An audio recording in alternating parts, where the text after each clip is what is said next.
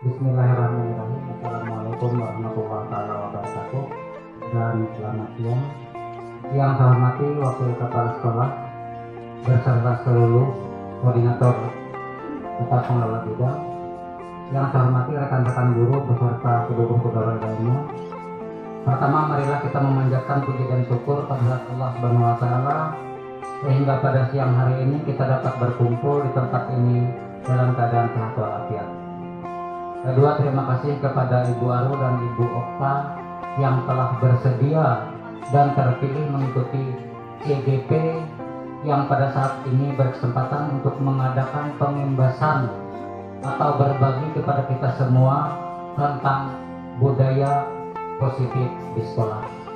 Untuk itu kepada kita semua dimohon kiranya bisa menyimak dan mendengarkan dengan baik sehingga apa yang menjadi tujuan dari pengimbasan ini dapat tercapai dan pada gilirannya dapat kita terapkan dalam kehidupan sehari-hari dalam rangka menyiapkan peserta didik kita dengan profil pelajar Pancasila untuk menyongsong Indonesia maju. Semoga Allah merestui usaha kita selanjutnya mengenai apa, mengapa dan bagaimana sebaiknya penerapan budaya positif di sekolah kita. Kepada beliau berdua waktu dan tempat dipersilakan. Terima kasih untuk Bapak Kepala Sekolah Pak Kalamsah SPD yang tadi sudah memberikan pengantar bagi dua orang CGP. Dan di sini untuk acara selanjutnya adalah penyampaian materi pengimbasan dari dua orang CGP Angkatan 6 Barsel di SNPN 4 Dusun Selatan.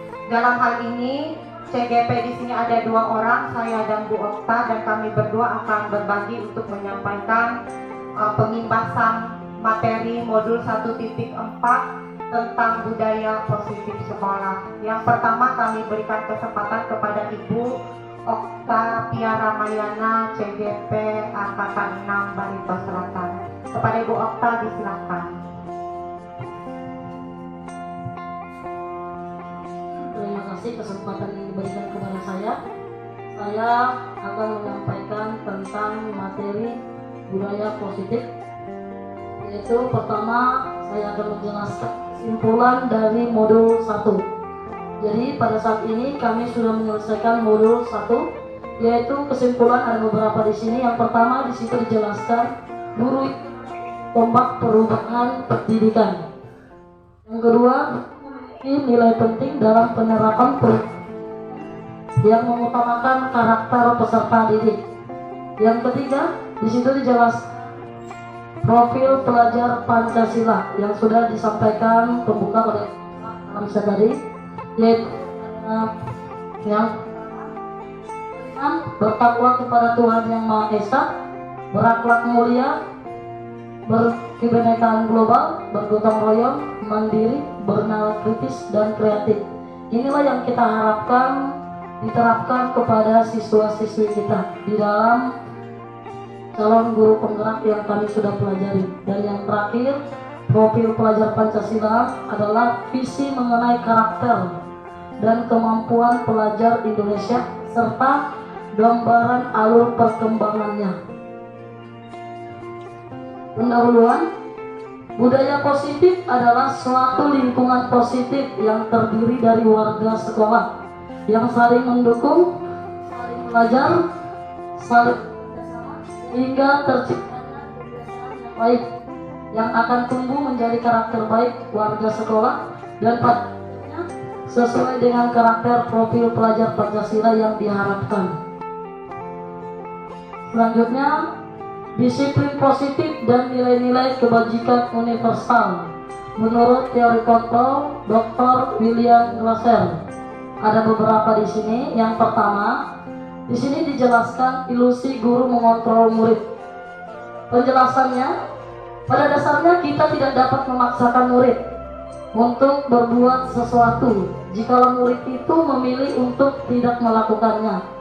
Walaupun tampaknya guru sedang mengontrol perilaku murid, hal demikian terjadi karena murid sedang mengizinkan dirinya dikontrol oleh guru itu.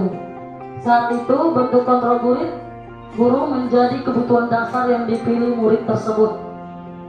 Teori kontrol ini menyatakan bahwa semua perilaku memiliki tujuan, bahkan terhadap perilaku yang tidak disukai. Ini teori yang pertama. Selanjutnya, ilusi bahwa semua pengetahuan positif efektif dan bermanfaat. Penjelasannya, penguatan positif atau bujukan adalah bentuk-bentuk kontrol. Segala usaha untuk mempengaruhi murid agar mengulangi suatu perilaku tertentu. Suatu usaha untuk mengontrol murid tersebut dalam jangka waktu tertentu. Kemungkinan murid tersebut akan menyadari dan mencoba untuk menolak bujukan kita, atau bisa jadi murid tersebut menjadi tergantung pada pendapat sang guru untuk berusaha.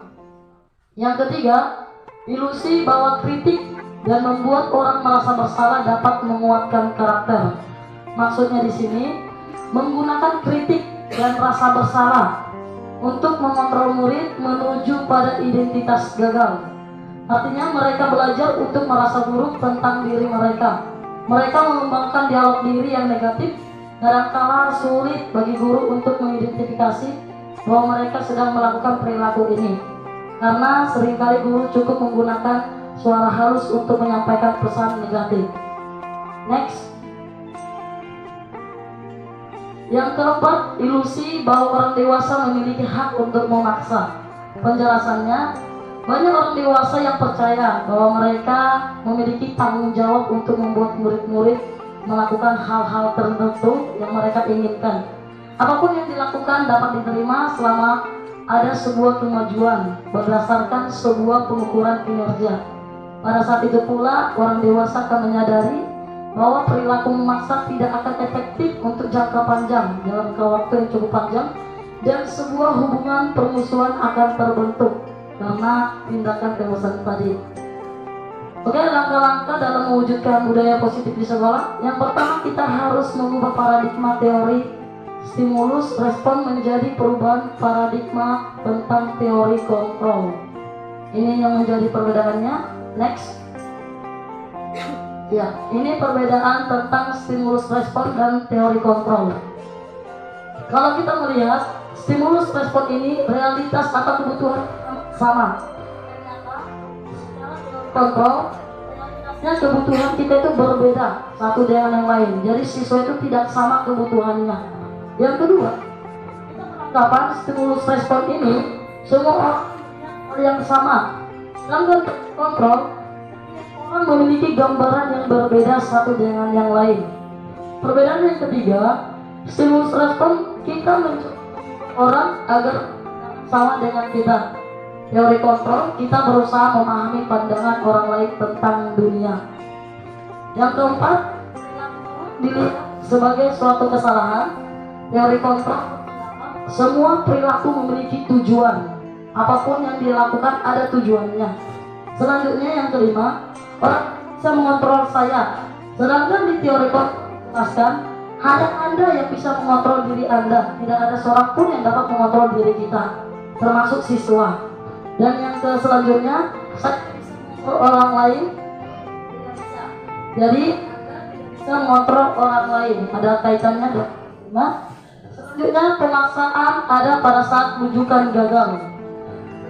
Teori adanya kolaborasi, menciptakan pilihan-pilihan baru, memaksakan tetapi kolaborasi atau kerjasama.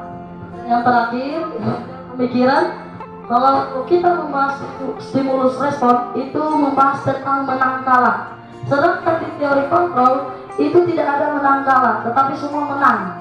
Makanya kalau kita lihat sekarang kurikulum yang baru, tidak ada peringkat, tetapi semua sama.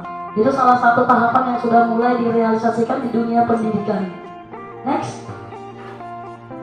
Yang kedua yang kita lakukan yaitu menerapkan disiplin positif. Disiplin katakan, disiplin positif itu dimulai dari diri kita sendiri. Artinya kita harus bisa menjadi teladan bagi warga sekolah, komunikasi dan berkolaborasi dengan positif, melaksanakan praktek yang baik atau aksi nyata yang sudah. Dan ini dilakukan secara berkesinambungan, bukan hanya 1-2 kali. Contohnya dalam pembelajaran seperti apa kita melakukannya disiplin.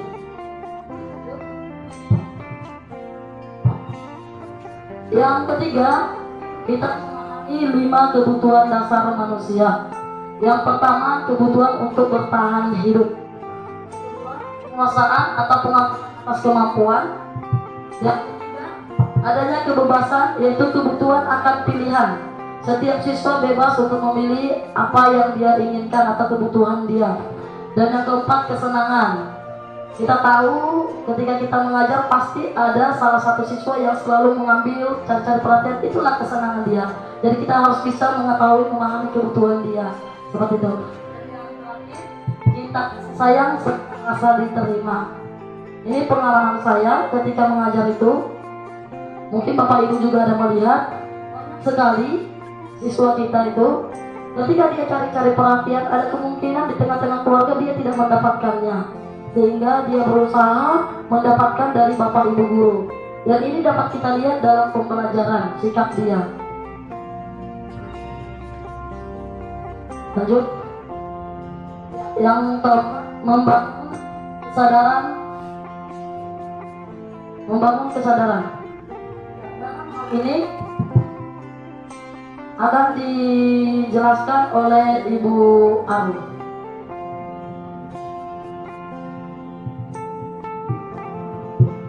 Baik, terima kasih. Untuk kesempatan ini, saya akan melanjutkan untuk menjelaskan dari materi pengimbasan, yaitu bagian yang keempat adalah membangun kesadaran. Dasar dari membangun kesadaran ini adalah teori motivasi Diane Gosser, yaitu di situ ada 3 teori yang kita ketahui. Bahkan kalau kita secara nalar itu memang benar terjadi dalam kehidupan kita pembelajaran sehari-hari. Teori tersebut yang pertama adalah untuk menghindari ketidaknyamanan atau hukuman. Kemudian yang kedua tujuan manusia itu untuk mendapatkan imbalan atau penghargaan dari orang lain. Yang ketiga, untuk menjadi orang yang mereka inginkan, dalam hal ini adalah murid itu sendiri inginkan, dan menghargai sendiri dengan nilai-nilai yang mereka percaya. Nah, dalam hal ini bagaimana membangun kesadaran berdasarkan teori itu, yang diinginkan dari modul 1.4 tentang budaya positif sekolah ini adalah untuk motivasi yang ketiga, yaitu untuk menjadi orang yang murid itu sendiri inginkan dan menghargai diri sendiri dengan nilai-nilai yang mereka percayai. Dalam artian mereka terpicu punya motivasi dari dalam diri mereka sendiri. Motivasi dari dalam diri mereka sendiri untuk mereka bisa menjadi lebih baik. Kemudian memahami 5 posisi kontrol. Bapak Ibu sekalian, dalam pembelajaran kita sehari-hari mungkin kita akan melihat ada 5 posisi kontrol ini yang sering terjadi dalam kehidupan kita sehari-hari. Dan dalam modul ini diperkenalkan 5 posisi kontrol itu adalah, mungkin ini juga bisa menjadi evaluasi bagi diri kita, sebenarnya diri kita itu berada pada posisi kontrol mana selama ini. Baik, yang pertama, untuk mewujudkan disiplin yang positif, guru di sekolah memiliki posisi kontrol yang penting, yaitu yang pertama, di sini ada 3 posisi penting yang dianjurkan oleh modul ini, yaitu yang pertama adalah control manager. Control manager ini guru membimbing mengembalikan tanggung jawab pada murid tersebut agar mereka termotivasi dari dalam dirinya sendiri, bertanggung jawab atas masalah yang terjadi dengan dirinya sendiri, serta mereka mempunyai solusi tersendiri untuk masalahnya. Itu untuk control manager. Kemudian turun tingkatannya lagi yang kedua, kontrol pemantau. Kalau kontrol pemantau ini lebih identik terhadap konsekuensi. Artinya sudah ada kesepakatan antara guru dan murid tadi. Murid tetap dipantau kesungguhannya, tapi dalam hal ini murid tidak bisa kita lepaskan sendiri. Tetap kita harus mengawasi karena benar atau tidak dia melaksanakan konsekuensi tersebut. Artinya murid tidak berjalan sendiri. Motivasinya itu tidak murni dari dirinya sendiri, dipengaruhi oleh orang lain. Itulah tadi ada teori stimulus yang disampaikan oleh Bu Okta. Kemudian yang ketiga itu adalah kontrol teman. Murid merasa senang dan akrab dengan guru, tapi akan membuat murid tersebut menjadi ketergantungan. dia bisa melaksanakan pembelajaran dengan baik kalau dia bersama dengan guru yang dia senangi tersebut. Lepas daripada itu, dia tidak melaksanakan seperti bersama dengan guru yang dia senangi. Mungkin ada salah satu siswa kita juga seperti itu.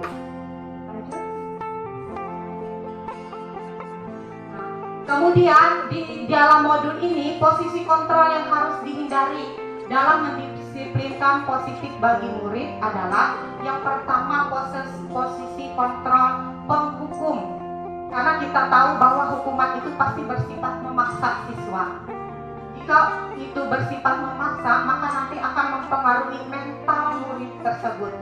Murid tersebut jadi pemarah, murid tersebut merasakan dendam, kecewa dan agresif. Karena apa? Karena hukuman itu diperintahkan kepada dia. Suka atau tidak suka, dia harus melakukannya. Jadi mentalnya tadi, mental yang terbentuk adalah seperti pemarah, pendendam, kecewa dan agresif. Kemudian yang kedua itu berada pada kontrol pembuat merasa bersalah. Dalam hal ini, murid akan merasa menjadi orang yang gagal, orang yang tidak bisa membahagiakan orang lain, dan menyalahkan diri sendiri, emosi yang terpendam. Sebagai contoh, misalnya kalau saya marah, gara-gara kamu ibu sampai dimarahi kepala sekolah, gara-gara kamu temanmu itu sampai tidak bisa mengikuti pelajaran. Yang terpola di otaknya pasti, saya tidak berguna, saya bersalah terhadap teman saya. Yang terpola adalah pemikiran-pemikiran yang seperti itu. Itu adalah kontrol pembuat rasa bersalah. Nah, di atas dari kontrol teori kontrol itu tadi, saya juga di sini menitik beratkan juga dalam pelaksanaan kontrol, karena teori kontrol itu juga berdasarkan pada nilai-nilai kebajikan, nilai-nilai universal. Maka itu diawali dari melaksanakan keyakinan kelas. Bapak Ibu sekalian, melaksanakan keyakinan kelas ini memang tidak mudah. Karena apa? Karena anak itu selama ini mereka sudah terpola untuk menerima peraturan kelas yang bersifat memaksa tadi. Nah, kalau di sini dalam modul ini, peraturan kelas itu yang diminta dibikin dalam bentuk keyakinan kelas. Apa itu keyakinan kelas? Keyakinan kelas adalah nilai kebajikan universal yang disepakati secara tersirat dan tersurat lepas dari latar belakang suku, negara, bangsa maupun agama, di mana menekankan keyakinan seseorang akan lebih memotivasi seseorang dari dalam. Dalam artian, keyakinan kelas ini adalah modifikasi dari peraturan kelas. Hanya bahasa atau kata-katanya itu diatur sedemikian rupa sehingga yang memudahkan atau mengenakan perasaan siswa tersebut. Nah, ini adalah nilai-nilai kebajikan dari 6 institusi atau organisasi yang dianjurkan oleh budaya positif dalam modul 1.4 Merdeka Belajar. Di antaranya yang terutama, seperti beberapa minggu yang lalu, Bapak Kepala Sekolah juga selalu menyampaikan tentang profil pelajar Pancasila. Di situ ada 6 profil pelajar Pancasila: beriman bertakwa kepada Tuhan Yang Maha Esa dan berakhlak mulia, mandiri, bernalar kritis, berkebinekaan global, bergotong royong, dan kreatif. Dalam hal ini, kepada siswa saya coba di kelas, kalau mereka ini masih merasa ini lebih umum, saya memberi pilihan lain, karena di situ ada 6 pilihan, yaitu tadi dari IBO Primary Years, kemudian 9 pilar karakter, kemudian petunjuk seumur hidup dan keterampilan hidup, dan 7 kebajikan esensial. Mereka memilih dari ini. Jika tidak ada di satunya, mereka memilih ke satu organisasi yang lain untuk mengacu nilai-nilai. Dan yang terakhir, di situ ada proyek nilai-nilai kebajikan. Saya dan Ibu Okta juga kemarin ada mempraktekkan ini dalam membuat keyakinan kelas di Paski. Kami memberikan pilihan kepada siswa. Mereka masih bingung dari profil tadi terlalu umum, kemudian memilih ke organisasi yang seterusnya sampai ke 6. Lalu pada proyek memilih proyek nilai mana yang ingin dimasukkan dalam kelas. Ternyata dari beberapa anak itu banyak yang memilih sama, hanya mereka mengembangkan lagi kalimat-kalimatnya yang sesuai mereka yakini. Kami percaya bahwa sesuatu yang diyakini itu mampu untuk dilakukan oleh anak-anak di atas daripada paksaan tadi. Nah, ini adalah contoh di kelas saya, keyakinan kelas siswa 8B dengan kalimat mereka sendiri. Nah, ini contohnya Bapak Ibu sekalian. Pada dasarnya ini isinya itu tentang peraturan kelas. Hanya di peraturan kelas itu pasti bunyinya jangan, tidak boleh, seperti itu. Kalau ini dibikin kalimatnya itu yang mempermudah siswa, seperti meluluhkan hati siswa supaya dia mengikuti kata-kata yang dia bikin tadi. Mungkin contoh salah satunya seperti itu, nomor 1, kami saling mendoakan dan meminta pertolongan Tuhan jika dalam kesulitan. Kemudian kami saling menghormati, menghargai dan mengasihi satu sama lainnya, dan seterusnya. Kemudian juga ini ada beberapa juga karena memang mereka kemarin banyak dengan versi kata-kata sendiri, jadi saya ketikkan seperti itu. Mungkin juga di situ kami menghargai teknologi sebagai sarana terkini dan tepat guna, seperti itu. Ini beberapa contohnya. Nah, kemudian berdasarkan nilai-nilai itu tadi dan posisi kontrol yang diinginkan tadi, adalah ada 3, manajer, pemantau, dan teman. Nah, dalam hal itu digunakan serta dengan keyakinan kelas tadi digunakan untuk kita menerapkan segitiga restitusi. Segitiga restitusi itu apa? Restitusi itu merupakan sebuah proses pendekatan menciptakan kondisi disiplin positif bagi murid dari motivasi diri sendiri untuk memperbaiki kesalahan mereka, belajar dari kesalahan, dan menemukan solusi secara mandiri bertanggung jawab. Sehingga mereka bisa kembali pada kelompok mereka sendiri dengan karakter yang lebih kuat. Tahapan restitusi itu adalah menstabilkan identitas, validasi tindakan yang salah, menanyakan keyakinan. Bapak Ibu sekalian, segitiga restitusi ini kita gunakan dalam menghadapi permasalahan sehari-hari yang terjadi dengan siswa kita. Mungkin salah satunya tadi, kalau siswa kita bersalah, kita pasti berpikir untuk menghukum. Itulah yang masuk dalam produk gagal tadi, menghukum siswa. Kemudian kalau di dalam modul ini, menghukum itu tadi tidak dipersilahkan kepada gurunya, tapi diberikan solusi yang terbaik adalah untuk menggunakan segitiga restitusi dengan alasan bahwa siswa itu memiliki motivasi dalam diri, mengakui kesalahannya, kemudian mereka menyadarinya, mereka termotivasi apa yang harus mereka lakukan sesuai dengan kesalahannya tersebut. Nah, segitiga restitusi itu bercirikan tiga pernyataan di dalamnya. Pernyataan itu diantaranya adalah yang pertama, menstabilkan identitas. Menstabilkan identitas itu kita mengakui bahwa anak itu melakukan kesalahan, tapi kita tidak memvonisnya, tapi kita bilang misalkan anak itu lupa, saya lupa Bu, hari ini pelajaran matematika saya lupa bawa buku. Nah, kalau yang di situ kita kalau saya dulunya saya bilang kayak, kenapa kamu lupa? Kenapa kamu tidak mempersiapkan dari malam tadi? Itu kan berarti stimulusnya itu dari kita. Kita menggali kesalahan mereka, tapi ini tidak. Tapi kita menanamkan siswa menstabilkan identitas itu, kita menstabilkan identitas bersalah mereka. Contohnya, kamu tidak apa-apa lupa. Ibu pun pernah lupa. Ibu pun bisa lupa. Tapi ketika kita melakukan kesalahan lupa itu tadi, pasti kita juga punya cara untuk mengatasi rasa lupa tersebut. Kita menggali kepemikiran mereka untuk mengingat kesalahan apa yang mereka lakukan. Nah, seperti itu, lalu mereka menggalinya sendiri, nanti mereka maunya apa, mereka mau jadinya apa. Kemudian validasi tindakan yang salah, di situ menggali solusi apa yang tepat untuk kesalahan mereka tadi, itu dari diri mereka. Dan yang ketiga, mengingatkan mereka untuk keyakinan kelas. Keyakinan kelas itu adalah yang dibikin mereka sendiri, maka diingatkan lagi oleh wali kelasnya atau guru yang bersangkutan. Baik Bapak Ibu, di sini ada beberapa contoh. Kemarin kami mencoba mendemonstrasikan kegiatan segitiga restitusi itu pada siswa kita. Mungkin bisa kita saksikan bersama-sama.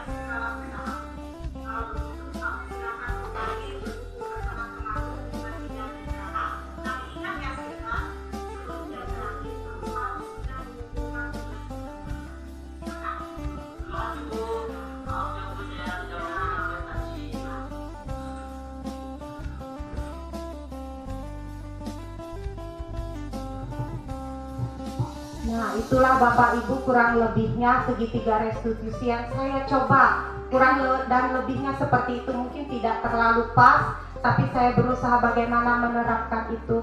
Memang sangat tidak mudah, tapi saya mencoba di dalam hal tertentu mungkin itu diperlukan, dan mungkin dalam hal lainnya juga kita bisa menyesuaikan dengan posisi kontrol lainnya. Di sini juga ada beberapa video 4 final 5 posisi kontrol yang diharapkan. Mungkin Bapak Ibu juga bisa menyimaknya sebentar.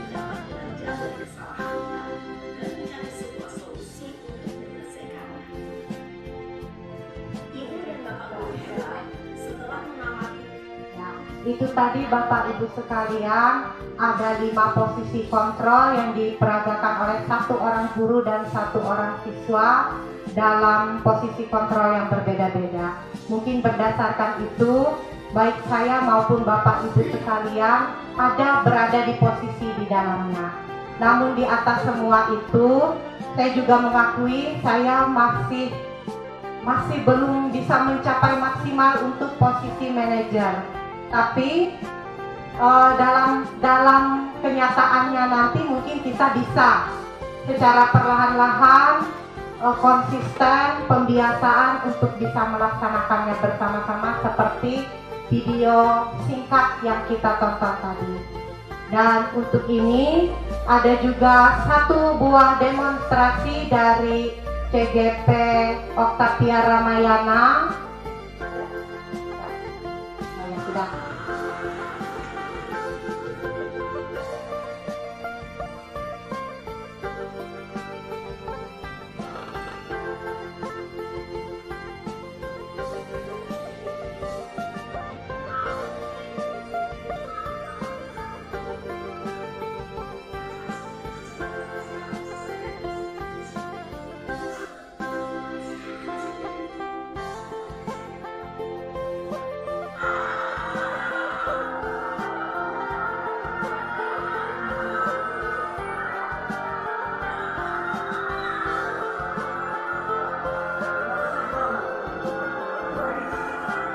Segitiga restitusi Bu dari Bu Okta demonstrasi.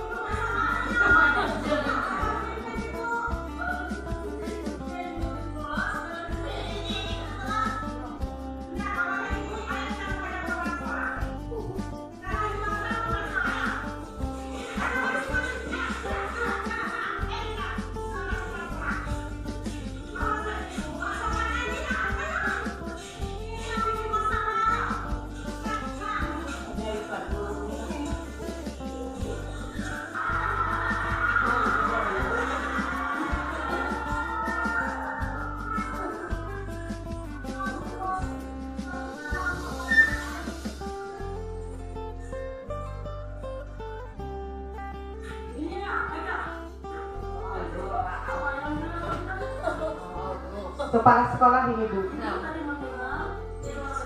Acting kepala sekolah.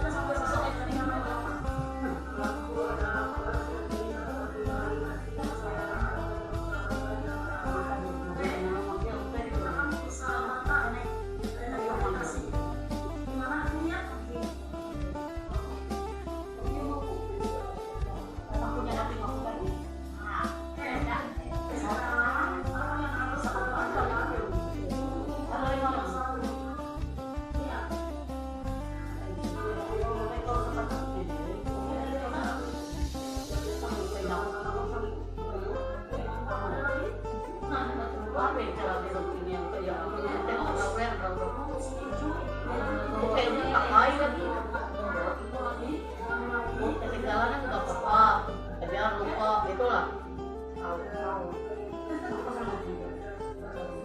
Setiap ada lupa kok seperti itu. Coba ibu belum beli, oh iya nak, kamu mau ada uang, ya nak, kamu bantuan gitu. Ya, itu Ya, baik, itulah demonstrasi segitiga restitusi yang didemonstrasikan oleh Ibu Okta. Kami rasa untuk penyampaian materi pengimbasan budaya positif sekolah sudah kami sampaikan, dan untuk acara selanjutnya adalah sesi tanya jawab dari Dewan Guru sekalian. Untuk ini kami persilakan kepada Bapak Ibu Dewan Guru sekalian jika ada yang ingin ditanyakan berkaitan dengan materi budaya sekolah. Terima kasih, dipersilakan. Silakan. Ya, Ibu Susanti. Silakan kepada Ibu Susanti. Terima kasih atas kesempatan yang diberikan kepada kami untuk bertanya. Tadi saya ada mendengar tentang penjelasan yaitu tentang kontrol guru ya. Ada 5 tadi ya, sama-sama. Nah, jadi tadi ada saya menyimak juga kontrol penghukum. Nah, saya juga tadi mendengar penjelasan tadi salah satu identitas gagal pada kontrol guru adalah sebagai hukum.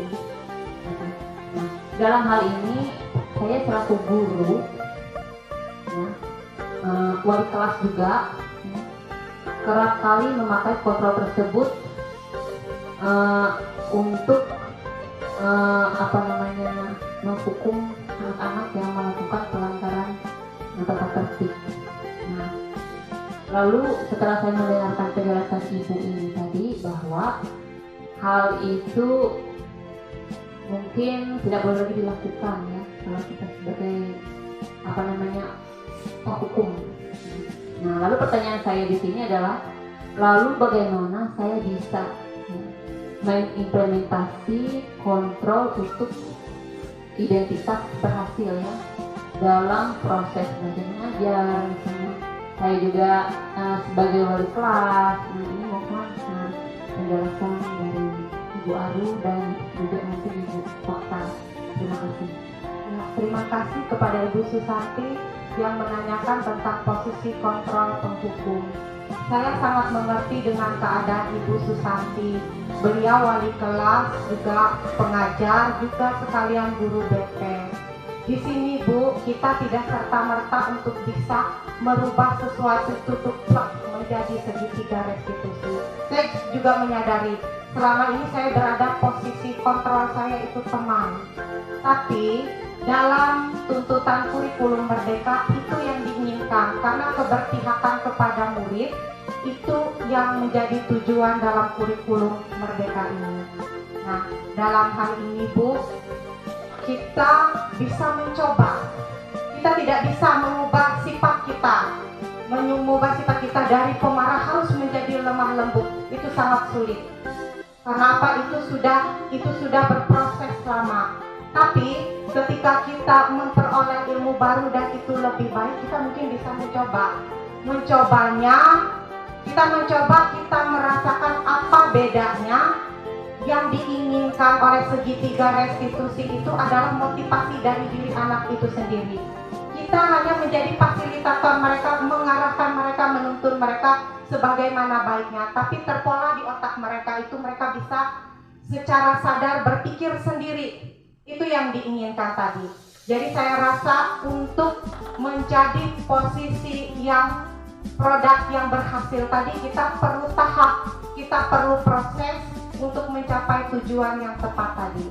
Kita coba sedikit demi sedikit, kita coba di tindakan tertentu yang nantinya itu akan menjadi kebiasaan. lama-lama itu akan menjadi kebiasaan, baik bagi pembiasaan bagi kita guru maupun bagi siswa tadi. Nah, secara lama-lama itu akan menjadi suatu lingkungan positif karena sudah dicoba. Setelah sudah dicoba, kita bisa merasakan apa keuntungannya. Dan dari lingkungan positif murid sekitar kelasnya yang nantinya akan menjadi suatu budaya positif sekolah untuk menggunakan segitiga restitusi tadi. Saya kira seperti itu Bu, kita berproses saja. Nah, ada yang Ibu tanyakan lagi? Atau ada? Ya, bisa dipahami? Ya, kemudian sambil jalan Bu, saya juga mencoba, kita sama-sama mencobanya. Ya, kemudian dipersilakan lagi kepada teman-teman, Ibu Bapak Guru yang lainnya, jika ada yang ingin ditanyakan. Oh ya, Bu Bina, silakan Bu.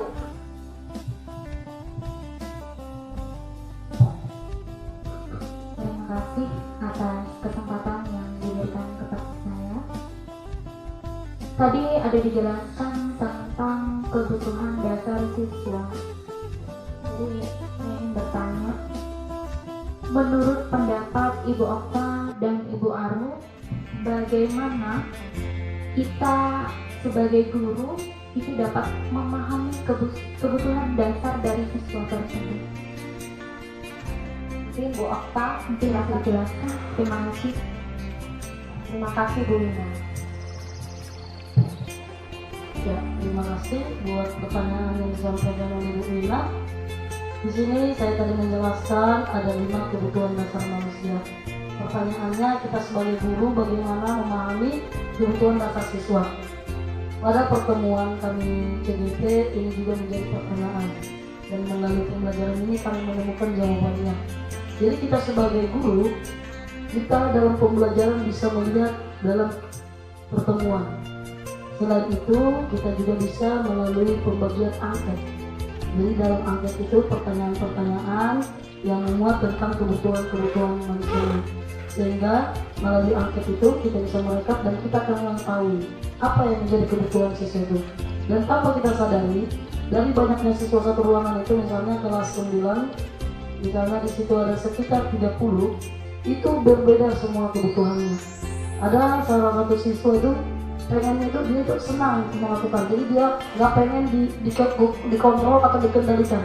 Tetapi ada juga siswa itu pengen itu didekati, dipuji sehingga dia bisa mengeluarkan pendapat dia. Nah, itulah tugas kita sebagai guru untuk mengetahui memahaminya saat kita memberikan pembelajaran.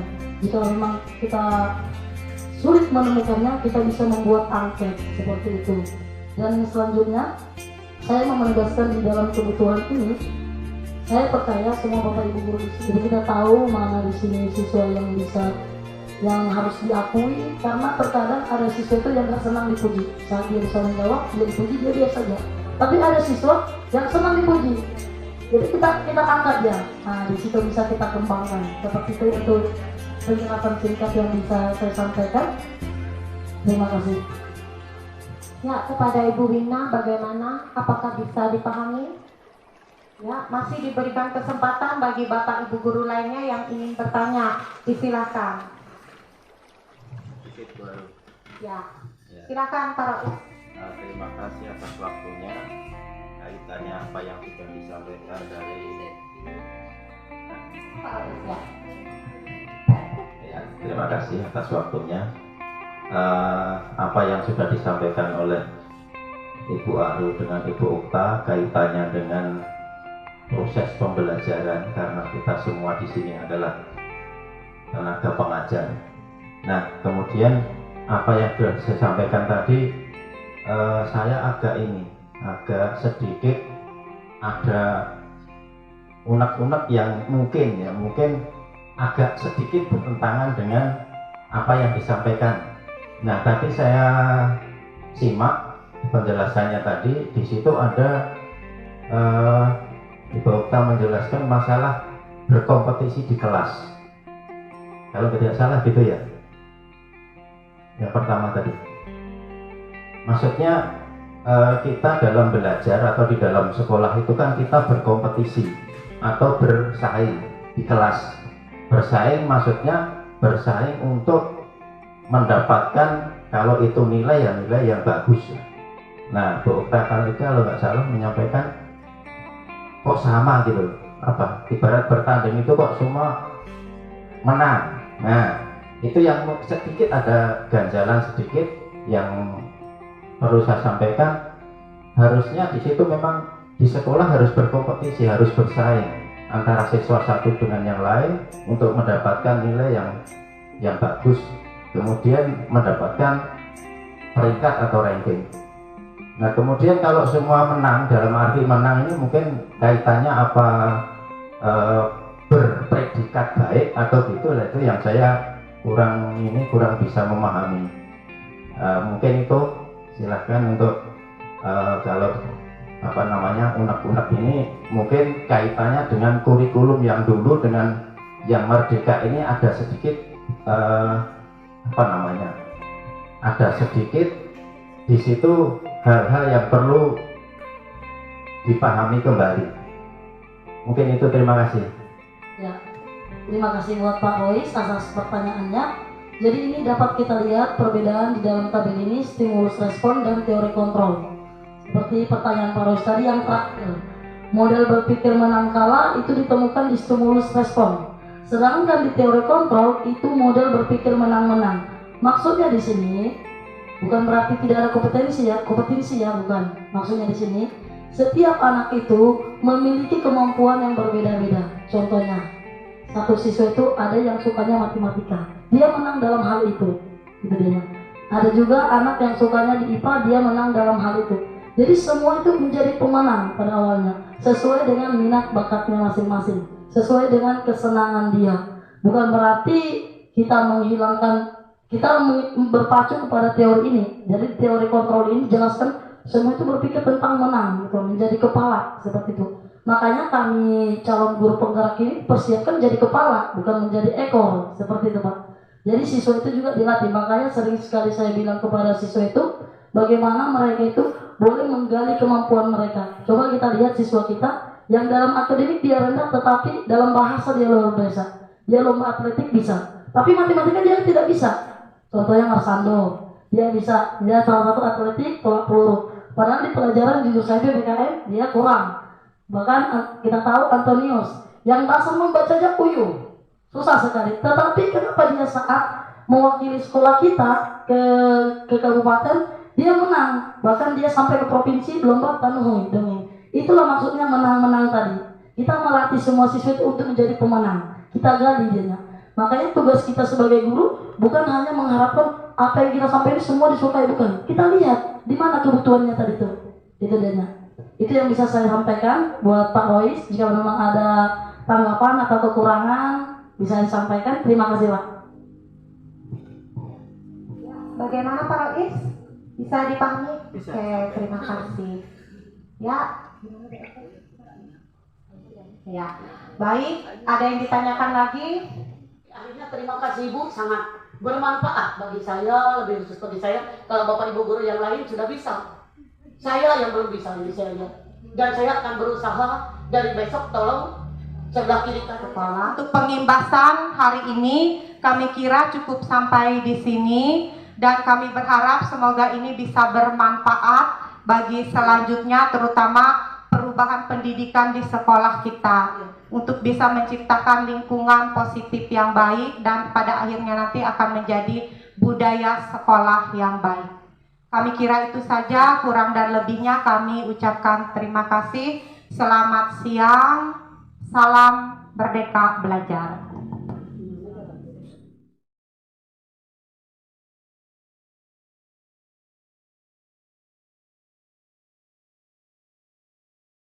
Baik, sebelumnya perkenalkan nama saya Kalamsah, SPD, Kepala SMPN 4 Negeri Dusun Selatan. Saya sangat mengapresiasi dan mendukung sekali kegiatan pengimbasan modul 1.4 budaya positif di sekolah. Terlebih setelah saya melihat anak menjadi semakin dekat, semakin akrab, dan semakin senang dengan cara pembelajaran CGP, terutama karena pola pikir, pola sikap, dan pola tindak yang berpihak kepada mereka. Untuk itu saya berharap kegiatan ini nantinya tidak berhenti hanya sampai di sini saja, tetapi terus diimplementasikan Seraya meminta kepada CGP untuk mengajak, membimbing dan dampingi seluruh warga SMP Negeri 4 Dusun Selatan.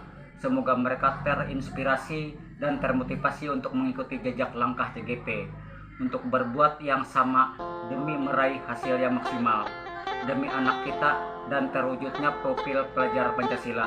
Untuk itu, hidup CGP SMP Negeri 4 Dusun Selatan. Terus semangat, terus berkarya, dan tebarkan selalu kebaikan. Salam Merdeka Belajar.